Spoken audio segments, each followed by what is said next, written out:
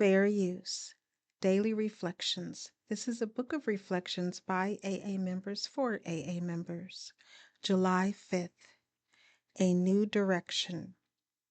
Our human resources, as marshaled by the will, were not sufficient. They failed utterly. Every day is a day when we must carry the vision of God's will into all our activities. Alcoholics Anonymous, page 45 and 85. I hear talk of the weak-willed alcoholic, but I am one of the strongest-willed people on earth. I now know that my incredible strength of will is not enough to save my life. My problem is not one of weakness, but rather of direction.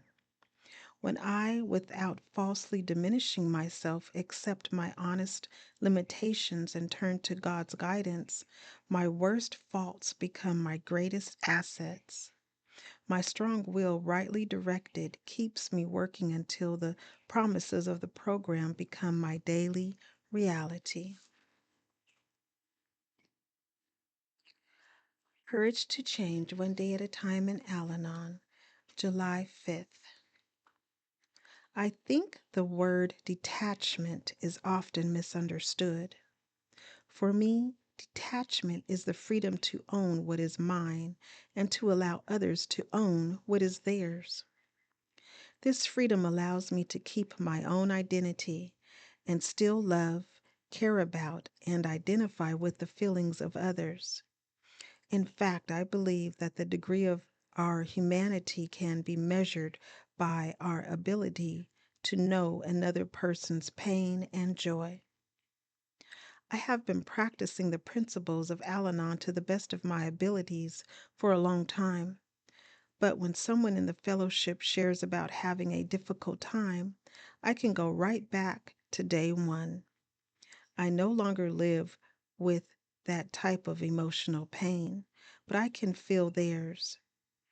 I can identify without needing to remove their pain.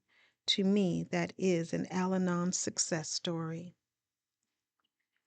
Today, I don't have to like everything my alcoholic loved one says or does, and I don't have to change her even when I think she's wrong.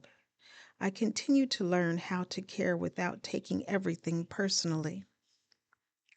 Today's reminder: I can detach and still love, still feel.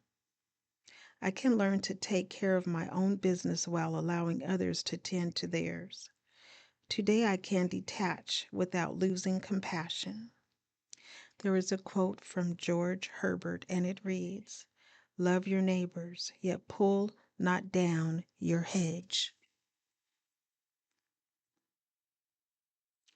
Just for today, Daily Meditations for Recovering Addicts, July 5th. Exploring Spiritual Options. The nature of our belief will determine the manner of our prayers and meditation. Basic text, page 44. How do we pray? For each NA member, this is a deeply personal matter. Many of us find that over time we develop a manner of prayer and meditation based on what we learn from others and what we are comfortable with. Some of us arrive in NA with a closed mind toward a power greater than ourselves. But when we sit down with our sponsor and discuss our difficulty, looking at the second step in depth, we are pleased to find that we can choose any concept of a higher power that appeals to us. Just as our definition of a power greater than ourselves differs from addict to addict, so does our manner of achieving a conscious contact. Some attend religious services, some chant, some sit quietly or talk with whatever is out there. Some find a spiritual connection by communing with nature. The right way to pray and meditate is whatever may help us improve our conscious contact with our own higher power. Asking others how they found their spiritual guidance is always a good place to begin. Reading literature before we enter periods of meditation can also help us. Many have gone before us on this search. As we seek spiritual growth, we can greatly benefit from their experience. Just for today, I will explore my options for improving my conscious contact with the God of my understanding. Today, Emotions Anonymous, July 5th. Reflection for today. Love makes me vulnerable. When I love someone, I grow close to him or her. This person can see my soft spots and knows what hurts me. I have hurt so much already, I do not want to hurt anymore, so I start to back off, hoping if I keep a safe distance, I will cut down my chances of getting hurt. I also limit my chances of finding intimate relationships. I could end up living in a superficial, non-committal environment where caring and sharing would only be words. Being close to someone is a risk, but it is also a delight. The person who knows what really hurts me is also the person who knows what makes me happy and how to put a sparkle in my eye, a spring in my step, and a song in my heart. The distance I keep between myself and my loved ones keeps out hurt, but also keeps out joy. Meditation for today.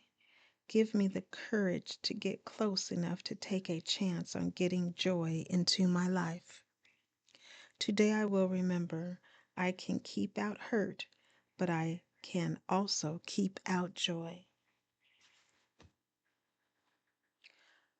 Strengthening my recovery. Meditations for adult children of alcoholics, dysfunctional families. July 5th. Inner loving parent. Learn to validate yourself by becoming your own loving parent.